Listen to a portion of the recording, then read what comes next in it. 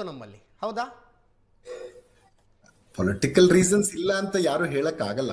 BJP ಅವರು ಹೇಳ್ತಾರೆ, ನಾವು ನಂಬಕ್ಕಾಗಲ್ಲ ಅಷ್ಟೇ.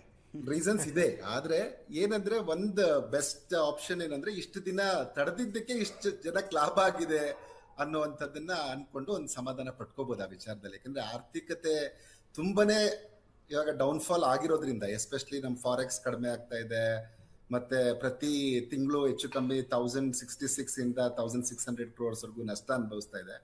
ಈ ತರದ್ರಲ್ಲಿ ಇನ್ನು ಬೇರೆ ಆಪ್ಷನ್ ಮುಂಚೆ ಮಾಡಿದ್ರೆ ಚೆನ್ನಾಗಿತ್ತಲ್ವಾ ಅಂತ ಹೇಳೋದು ಸರಿ ಇದೆ. ಆದ್ರೆ ಇವಾಗಾದ್ರೂ ಮಾಡದೇ ಇದ್ರೆ ಇನ್ನೂ ಪ್ರಾಬ್ಲಮ್ ಆಗುತ್ತೆ ಅಂತ. ಯಾಕಂದ್ರೆ ಈಗ 12.22 lakh crores ಅಷ್ಟು ನಾವು, ಅಂದ್ರೆ 4.4% ಆಫ್ ದಿ GDP ಈಗ ಖರ್ಚು ಮಾಡ್ತಾ ಇದ್ರೆ ಕೆಪೆಕ್ಸ್ ಮೇಲೆ. ಅದನ್ನ ಕಡಿಮೆ ಮಾಡ್ಬೇಕಾಗತ್ತೆ. ಅವಾಗ ಅದನ್ನ ಕಡಿಮೆ ಮಾಡಿದ್ರೆ ಇಡೀ ಎಕನಾಮಿಕ್ ಗ್ರೋತ್ ಮೇಲೆ ಅದು ಹೊಡ್ತಾ ಬೀಳುತ್ತೆ.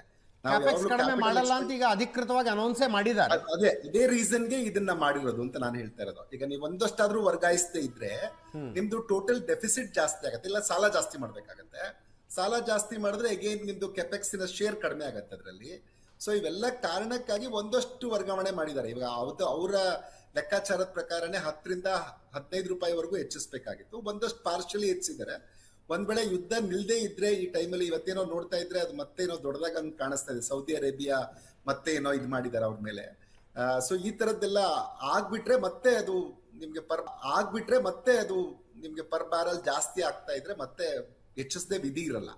ಆದ್ರೆ ಇಲ್ಲಿ ನಾವು ಅರ್ಥ ಮಾಡ್ಕೊಳ್ಬೇಕೇನು ಅಂದ್ರೆ 65% ನಮ್ದು ರೋಡ್ ಟ್ರಾನ್ಸ್ಪೋರ್ಟ್ ಇರೋದ್ರಿಂದ ಜನಕ್ಕೆ ತೊಂದರೆ ಆಗತ್ತೆ. ಅದರಿಂದ ಮಾನಸಿಕವಾಗೂ ಸಿದ್ಧ ಆಗ್ಬೇಕು ಮೊದಲನೇದು.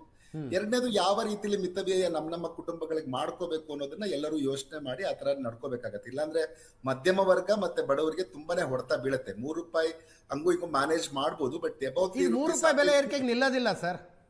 ಹೌದು, ಖಂಡಿತ ಜಾಸ್ತಿ ಆಗ್ಬೇಕಾಗತ್ತೆ. ಆದ್ರೆ ಆಗತ್ತೆ. ಅದಕ್ಕಾಗಿನೇ ಫಸ್ಟ್ ಇದನ್ನ ಕೊಟ್ಟಿದ್ದು ಅಂತ ಅನ್ಕೊಳ್ಬಹುದು. ಇವಾಗ ಕ್ಲಿಯರ್ ಆಗಿ ಮೋದಿಜಿ ಯಾಕೆ ಅದನ್ನ ಸಲಹೆ ಕೊಟ್ರು ಅಂತ ಅನ್ಕೋಬಹುದು.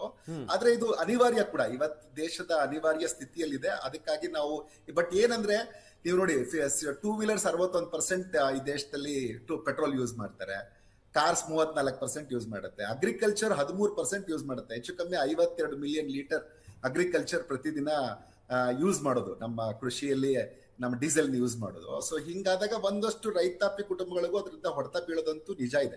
ಆದ್ರೆ ಅದನ್ನ ಯಾವ ತರ ಬ್ಯಾಲೆನ್ಸ್ ಮಾಡಬಹುದು, ಅವ್ರಿಗೆ ಬೇರೆ ಕಡೆಯಿಂದ, ಅಥವಾ ಈಗ ಪ್ರೈಸಸ್ ಜಾಸ್ತಿ ಆದಾಗ ಇನ್ಪುಟ್ಸ್ ಮೇಲೆ ಏನಾದ್ರೂ ಅವ್ರಿಗೆ ಹೆಲ್ಪ್ ಮಾಡ್ಬೋದು, ಆ ತರದನ್ನ ಸರ್ಕಾರ ಮುಂದಿನ ದಿನಗಳಲ್ಲಿ ಯೋಚನೆ ಮಾಡ್ಬೋದು ಅಂತ ನನ್ಗೆ ಅನ್ಸುತ್ತೆ. ಬಟ್ ಇಲ್ಲಿ ಏನಾಗುತ್ತೆ, ಒಂದು ಅನಿವಾರ್ಯತೆ ಇದ್ದದ್ ನಿಜ, ಅನಿವಾರ್ಯತೆ ಅದು ಇರ್ಲಿಲ್ಲ ಅಂತ ಹೇಳಕ್ಕೆ ಆಗೋದಿಲ್ಲ. ಬಿಕಾಸ್ ಎಲ್ರಿಗೂ ಅಂಕಿಅಂಶಗಳು ಸ್ಪಷ್ಟವಾಗಿ ಕಾಣಿಸ್ತಾ ಇದೆ. ಎಲ್ಲಾ ಸೆಕ್ಟರ್ಸ್ ಮೇಲೂ ಏಟಾಗತ್ತೆ, ಅದು ನಿಜಾನೇ. ಆದ್ರೆ ಇದನ್ನ ಈ ಟೈಮಲ್ಲಿ ಎಲ್ಲರೂ ಒಂದಷ್ಟು ಶೇರ್ ತಗೊಳ್ಳೇಬೇಕು. ಯಾಕಂದ್ರೆ ಇದು ದೇಶದ ವಿಚಾರ ಆಗಿರೋದ್ರಿಂದ. ಮತ್ತೆ ಆರ್ಥಿಕತೆ ಸ್ವಲ್ಪ ನಿಮಗೆ ಕರೆಂಟ್ ಅಕೌಂಟ್ ಡೆಫಿಸಿಟ್ ಜಾಸ್ತಿ ಆಗ್ತಾ ಏನಾಗುತ್ತೆ, ಮುಂದೆ ನೀವು ಸಾಲ ಜಾಸ್ತಿ ಮಾಡ್ತಾ ಇದ್ರೆ ಮತ್ತೆ ಓವರ್ ಆಲ್ ಅದನ್ನ ಬರೇ ನಾವೇ ತಗೋಬೇಕಾಗತ್ತೆ. ಈವನ್ ಆಯಿಲ್ ಬಾಂಡ್ಸ್ ಮಾಡಿದ್ರೇನೋ ಅದ್ರ ಹೊರೆ ನಾವೇ ತಗೋಬೇಕು. ಈಗಲ್ದೇ ಇದ್ರು ಮುಂದಕ್ಕೆ ನಾವೇ ತಗೋಬೇಕಾಗತ್ತೆ. ಸೊ ಹಂಗಾಗಿ ಇವಾಗಿಂದ ಒಂದೊಂದಷ್ಟು ಮಾಡೋಣ. ಅದ್ರ ಜೊತೆಗೆ ಒಂದಷ್ಟು ಎಂಪ್ಲಾಯ್ಮೆಂಟ್ ಆಪರ್ಚುನಿಟೀಸ್ ಜನರೇಟ್ ಮಾಡ್ಲಿ, ಇನ್ನೊಂದಷ್ಟು ಸರ್ಕಾರ ರಿಫಾರ್ಮ್ಸ್ ಜಾಸ್ತಿ ಮಾಡಿದ್ರೆ ಆಗ ಬಹುಶಃ ಜನಕ್ಕೂ ಮುಂದಿನ ದಿನಗಳಲ್ಲಿ ಇದರಿಂದ ಅನುಕೂಲ ಆಗತ್ತೆ ಅಂತ ನನ್ಗಂತೂ ಗ್ಯಾರಂಟಿ ಇದೆ. ಇಲ್ಲಿ ಮೇನ್ ಏನು ಅಂತಂದ್ರೆ, ನನ್ಗೆ ರೂರಲ್ ಹೌಸ್ ಹೋಲ್ಡ್ಸ್ಗೆ ಏನು ಏಟ್ ಹೋಗುತ್ತೆ ಅದನ್ನ ಯಾವ ತರ ಒಂದ್ ಸ್ವಲ್ಪ ಅವ್ರಿಗೆ ಹೆಲ್ಪ್ ಮಾಡಬಹುದು ಅನ್ನೋದನ್ನ ನೋಡ್ಬೇಕು. ಫರ್ಟಿಲೈಸರ್ಸ್ ಬೆಲೆ ಏನು ಹೆಚ್ಚಿಲ್ದೇ ಇರೋದ್ರಿಂದ, ಒಂದಷ್ಟು ಇನ್ಪುಟ್ಗೆ ಮಾನ್ಸೂನ್ಸಿಗೆ ಹತ್ರ ಬಂದಿರೋದ್ರಿಂದ ಅವ್ರಿಗೆ ಒಂದಷ್ಟು ಹೆಲ್ಪ್ ಆಗುತ್ತೆ.